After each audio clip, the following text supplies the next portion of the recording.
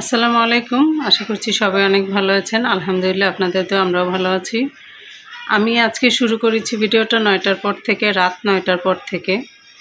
এখন আমি এই মুহূর্তে ভিডিওটা শুরু করার ২টা কারণ, ২টা না বলবো একটাই কারণ। প্রথমত আমি আজকে কোনো ভিডিও দেইনি, এজন্য আরও মনে হলো যে এই ভিডিওটা এখন করা উচিত। আমি প্রতিদিন একটা করে ভিডিও দিই, আজকে কোনো ভিডিও দেইনি, শুয়ে শুয়ে রেস্ট করছিলাম। আসলে শরীরটা একটু ক্লান্ত লাগছিল, যদিও কাজ তেমন করিনি আজকে, কোনো কাজের কারণে না, এমনিই জাস্ট একটু ক্লান্ত লাগছিল। তো এই জন্য মনে হলো যে একটু শুয়ে রেস্ট করি। তো ইফতারের পর থেকেই শুয়েছিলাম, শুয়ে এখন আমি ফোন দেখছিলাম। ফোনে যখন ইউটিউবে ঢুকার পর তিশাপুর একটা ভিডিও সামনে আসলো। তো ওনাদের বাপি ভাই একটা ভিডিও দিয়েছে, যে ওইটা দেখছিলাম, যে তানজিলায় ভরপুর ঈদ শপিং দিয়েছে বাবা মাকে ভাই বোনকে। তো ওইটাই দেখছিলাম, তখন তিশাপুর ভিডিওটাই সামনে আসলো। ওই ভিডিওটা সামনে আসার পর আমার জাস্ট ফার্স্টে একটা কথাই মনে পড়লো, মানে হয় না কিছু কিছু জিনিস দেখার পর এক কথাতেই, মানে এক দেখাতেই কিছু একটা মাথায় চলে আসে। তো আমারও সেটাই মনে হচ্ছিল। আর এটা যে শুধু আজকের ভিডিও দেখে তা না, নিশিয়াপুর ভিডিও দেখেও কিন্তু সেম এটাই আমার মনে হচ্ছিল, যে এটা সত্যিটা হলেও সত্যি কথা। ওনারা একটা মৃত মানুষকে নিয়ে বিজনেস শুরু করেছে।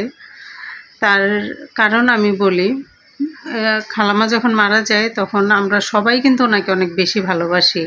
আর উনি ওনার কাজে কর্মের কারণেই কিন্তু আমাদের কাছ থেকে এত দোয়া পেয়েছে বা এখনও পাচ্ছে। আমরা সবাই ওনার জন্য দোয়া করি।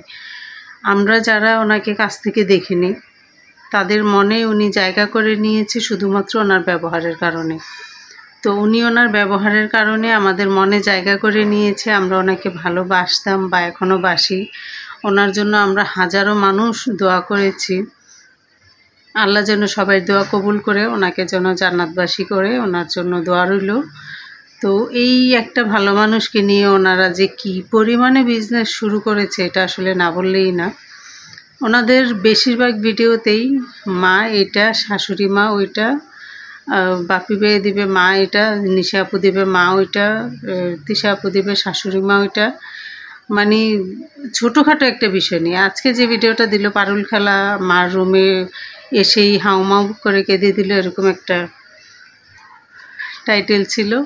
তো এখন আমার কথা হচ্ছে যে উনি মারা গিয়েছে আর সবাই কান্নাকাটি করবে, এটাই স্বাভাবিক, খারাপ লাগবে, কষ্ট লাগবে।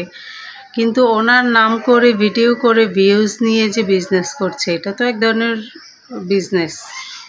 আমাদেরকে খারাপ বলে, আমরা ছোট ইউটিউবার, আমাদেরকে খারাপ বলে যা তা মন্তব্য আমাদেরকে নিয়ে করে, কিন্তু আমরা কেউ কি এতদিন পর্যন্ত এটা করিনি। কিন্তু ওনারা ঘরের মানুষই ওনার মাকে নিয়ে বিজনেস করে, যে ওনাদের 15 দিন, এক মাস না 15-20 দিন ভিডিও করা যে অফ রেখেছিল, সেটা যেন ওনারা পোষায় নিতে পারে, তার একটা ধান্দা।